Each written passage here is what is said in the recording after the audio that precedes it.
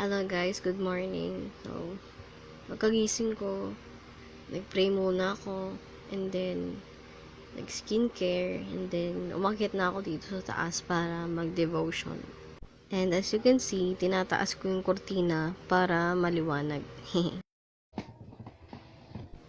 Kinuha ko dyan yung journal ko, kung saan ko isusulat yung devotion ko. Na binili ko sa Shopee. Ayan. Makapal siya. Maganda. So, kinuha ko muna yung Our Daily Bread na binabasa ko before mag-devotion. Ayan. Kasi, may mga story dyan and then, mayroong reflection. May tanong, then pwede kang mag-reflection doon. So, yun. Narigalo siya sa akin ng kasama ko sa simbahan nung Pasko. Thank you po, Brother Bernie. Maganda po siya, guys, kasi meron po siyang Bible verse and then meron siyang story na babasahin and then ayun, meron po siyang guide questions para gawing reflection mo. Ganun po. Binabasa ko po siya kapag umaga, pagkagising ko.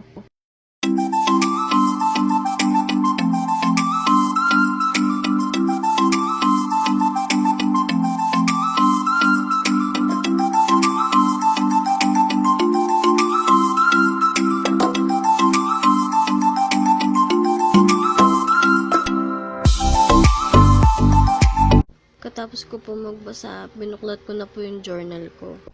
Ang verse po pala na basa ko ngayon is galing po sa Luke chapter 17 verse 3. Ang sabi po, if your brother or sister sins against you, rebuke them. And if they repent, forgive them. So, kumuha po ako ng highlighter para po maganda yung devotion natin. Ayan. Sinulat ko po muna yung scripture gamit yung highlighter na kinuha ko. After ko po sinulat yung scripture, nag-start na din po ako sa reflection. Napaka-importante po ng pagde-devotion para sa akin kasi dito niya nahuhubog yung sarili ko. And ito yung way ko para umpisahan yung araw ko ng tama. At nang matapos na ako mag-devotion, agad naman ako bumaba para maghanda ng pagkain ko. Kasi hindi pa ako kumakain, guys. At ayan, nilipat ko kayo ng pwesto para makita nyo. Ayan. Kain na.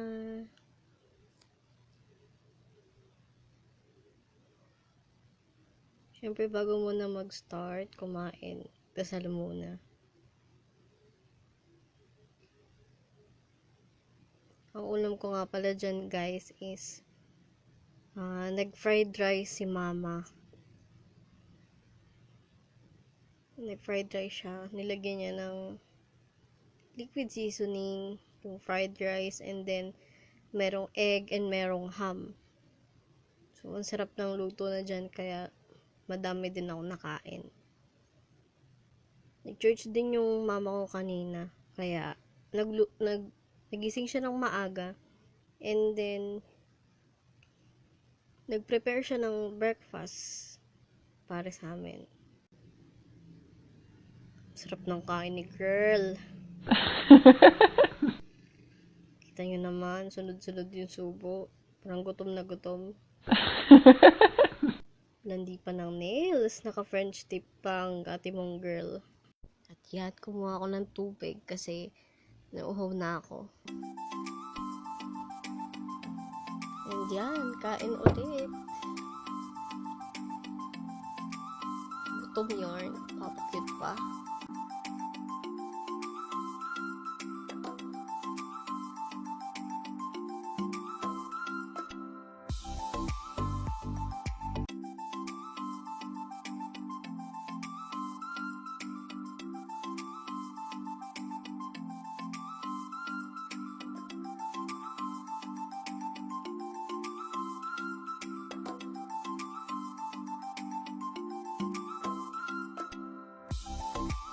tumatapos na ako kumain ng breakfast is, ayan, hopya naman kinakain ko. Tipas hopya. Yung para siyang lasang pastillas. Gustong gusto ko yan. So yan, panghimagas. Sarap na sarap yarn.